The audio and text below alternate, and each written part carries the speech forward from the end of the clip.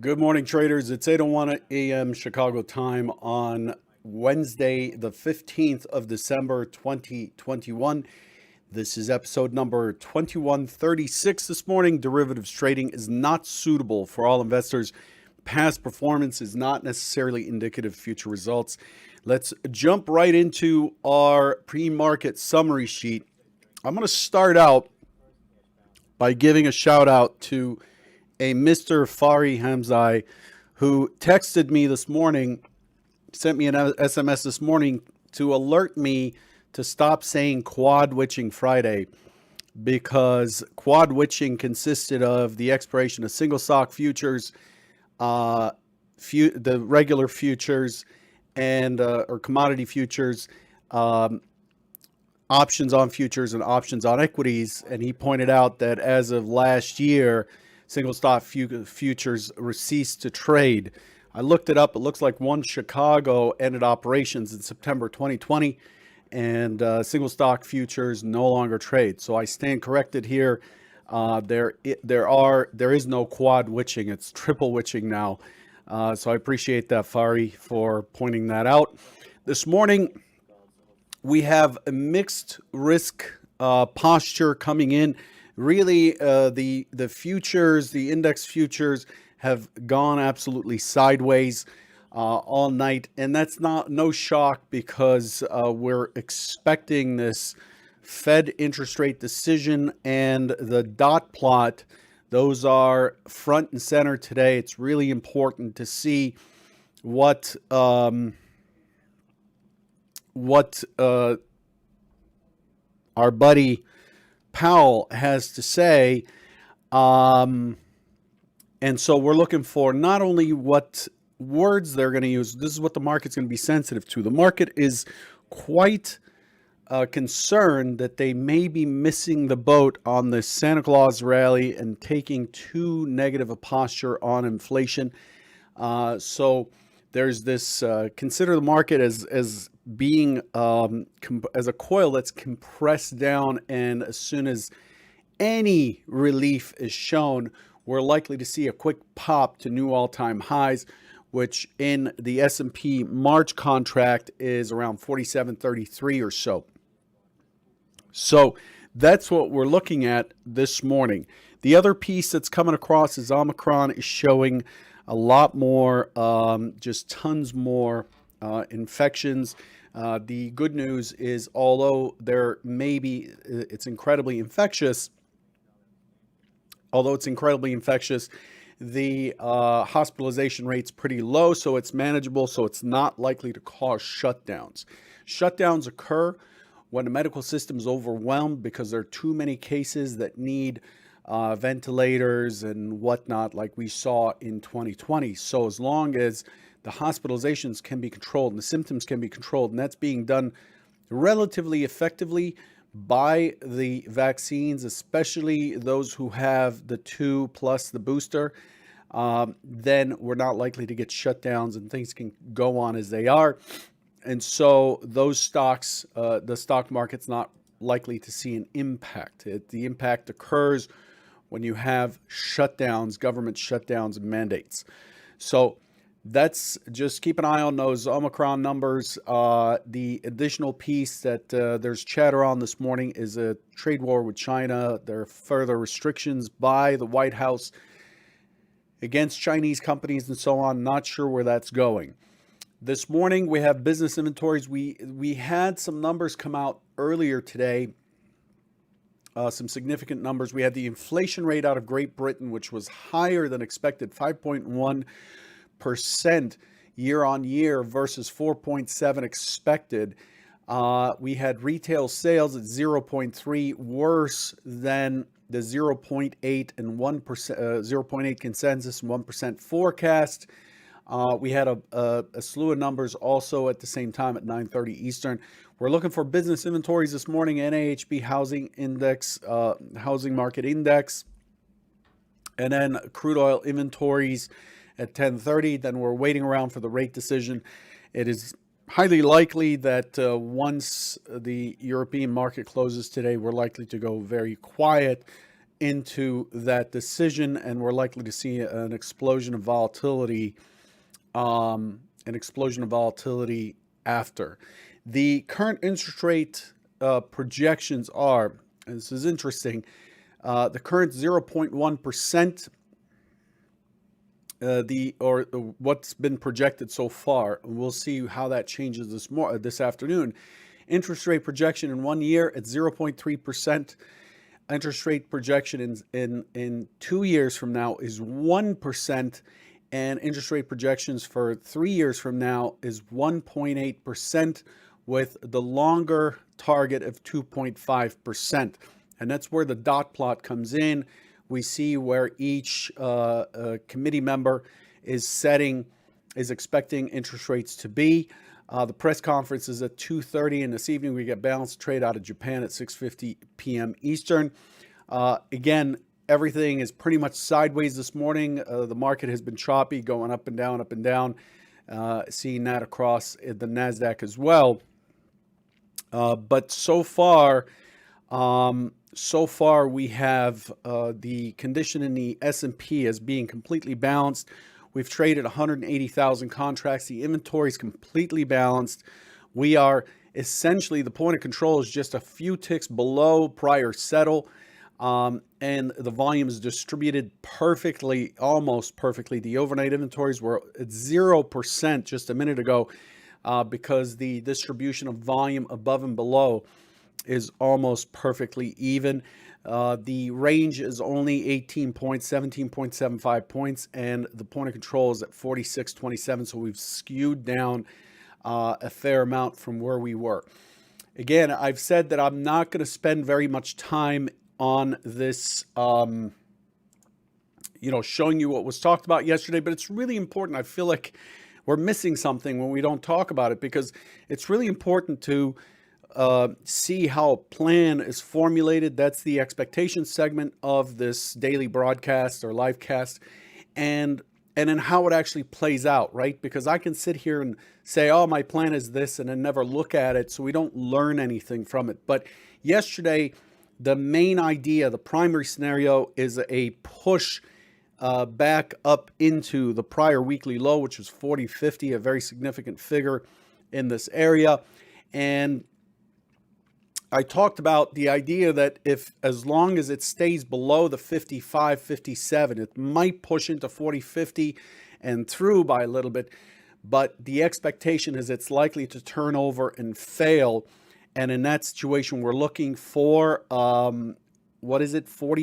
45.83 is the number we're after on the short side. So the trade of the day yesterday was to wait for, the structured trade of the day was to wait for it to try to push into the 40.50 area and come back off and then target 83. Here's what actually happened yesterday in our review segment. Again, this is a point and figure chart here. Pretty active market. What we had, man, this is really, let's see if we can expand this a little bit. What we had is an open right at 24.75. We had an opening swing, a clear opening swing, a push up and down from 46.30 down to 46.23 and a quarter. And then we broke higher, and there was a breakout trade in here that was really kind of dramatic, actually, the amount of consolidation that occurred in this little area right here. So far, what information do we have? We have an open that got tested below by only a point and a half. It didn't really push that far. And then we put in an opening swing high, pulled back to the middle, and then pushed through the opening swing high, and then pulled back to what I know, tell me if this is just too unclear. It pulled back to the mid, and it held the mid and VWAP, the RTH mid and VWAP. So now the action is centered between RTH levels and full session levels. Those are the cyan and blue lines, the cyan being the full session VWAP, the blue being the full session mid.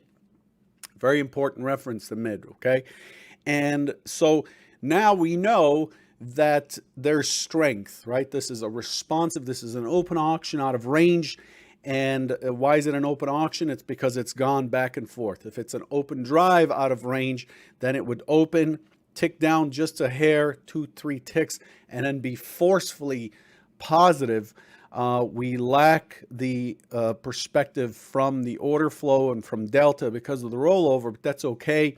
We see that the price action is bullish and we have responsive buying.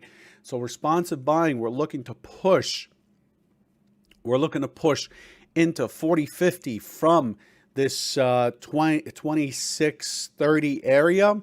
We're looking to push into 40.50, and if it squeezes past 40.50, then we're looking for 55.57 as shown in the expectations page, in this page that I just showed you, right? 55.57. That's the plan. So having that in the back of our minds really helps us stay in the trade. What is the biggest problem traders have?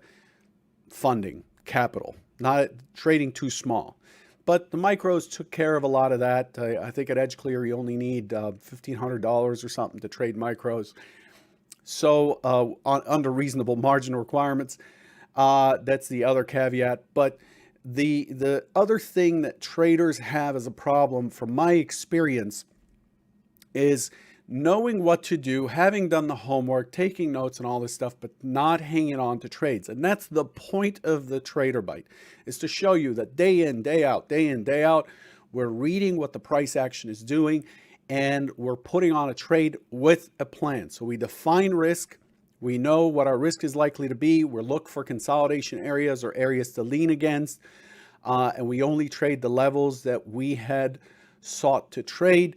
And so we put the trade on, and we're aware that, hey, if I'm along into 40.50, this may be resistance here. But if it pushes through, then I may be clear into 55.57, and that just helps us kind of relax a little bit. After doing this for about 21 years, it's still a tough thing to, before scaling out and mitigating and covering risk, it's still a tough thing to kind of quiet the mind enough to just let the trade work, because it's such an unknown. And that's something that traders struggle with all the time. I'll get off my soapbox now and do the review. So we push into the full session mid, and it's just not able to hang on. So I see this as a pullback area. As long as it holds the RTH mid and VWAP, we're good. And it holds it, pulls back up to 47.75. And once it breaks through, now we are really looking for the short side. And the short side is not like, hey, it broke the mid, get out, get short. The short side doesn't happen here. The short side happens here. We clearly broke below the 40.50 weekly low. We're now in the gap zone from December 7th. And now we're looking for shorts. And in the short side, if we get on the short side, we're looking for, again, if you remember from that prior screen, you're looking for 16. So we're looking for a trade from about 38.40 to 16. Those are pretty good returns in my opinion, and 83. And it does not quite get to 83. The level that's in between is 0500. 83 is the extended target. So the main target really is 16. The secondary target is 0500. The century figure, the extended target is 83. And what it has done here is it pushed into the 16s, which become instrumental here. Look at the 16s. They become resistance on the way back up, right in here. Almost support there at 18, right? So there's a line that kind of forms right here. And we detected and have a plot for that line, a plan for that line from before the market opened. So we know that that's an area to watch. So that becomes a target, pulls back, becomes resistance. We're looking for double O's or the century figure, which is right here. And all risk is off. And now it's just gravy. Whatever the market gives, it gives. And once it breaks back above the mid VWAP, IB low, that area, then the shorts are done. We are done with the shorts, and you can see it pushes right back into the full session mid again. How do we know if the mid is going to hold for RTH or full session, or if it's a full session VWAP or we don't. You just have to read the context and look to see that it has had a box consolidation right here. It's had a box consolidation right there. It has created a skewed consolidation here. There's this, if this is not holding, if this doesn't hold and this doesn't hold, then there's likely to be some trapped shorts, and it's likely to push through and look for the farther reference as areas of resistance. Anyway, I know that's a lot to cover. It's almost like a prop shop training session there, but it's just important to note where the plan is versus what the market did, and to pick that up and move forward with it. It's really important to do that. This morning, we pushed yesterday to this 38. Remember the 40.50, the weekly low right here? We pushed to 38 yesterday afternoon before the close. And then this morning, our high is 38.25. So we put in a high that's a tick lower. It's 38.5 versus 38.25. And then to the downside, it really has held the RTH VWAP. So it's kind of in this, what you have here is a zipper that has taken place through the whole overnight session. This is a market that's in consolidation. It's a tough trade at the moment. This profile here is reflecting yesterday's RTH action.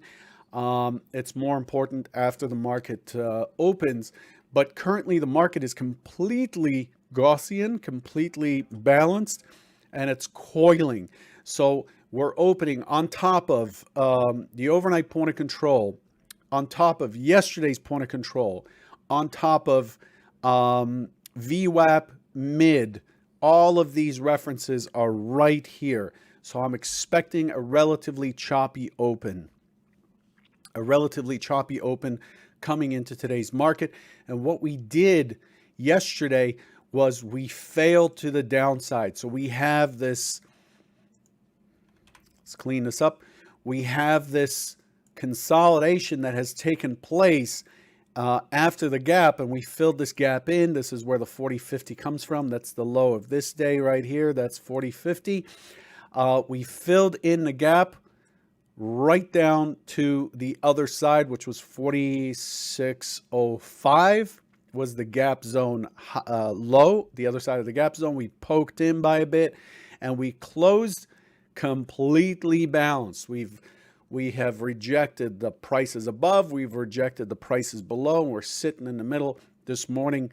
Please exercise discipline and just chill and wait it out.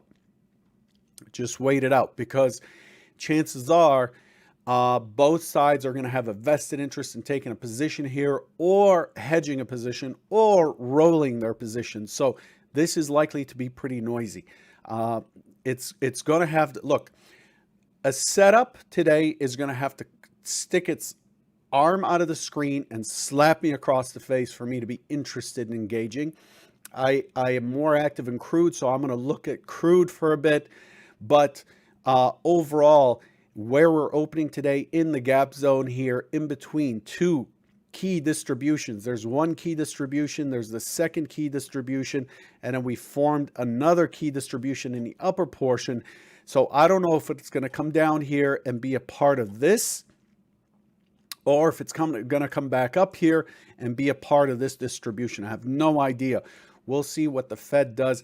This is just a caution to you coming into it that we are likely to see a pretty choppy open. And for that reason, I am not going to do an expectation. One thing I want to make sure I leave you with here, as I'm running out of time, is next Wednesday night is Convergent Trading's annual fireside chat. This is a public event. We did one last year. It was highly attended. I think it was some 1,800 viewers live on that or something. It was really big. And we're going to have several people. We're bringing Convergence head traders, Tendex, Jeff Wagner, you see him here in chat, also known as Nanaimo Trader, Long Shorter Flat, who's a fund manager, as well as myself. And then we're having Ryan Clark to talk about crypto trading, how he's set up to trade crypto, and so on. And we're gonna have Jeff Snyder to give us a picture on what's going on with macros. To register for this or to receive the recording, you need to go to the number 2ct.pro/fireside-chat-21. That's the URL.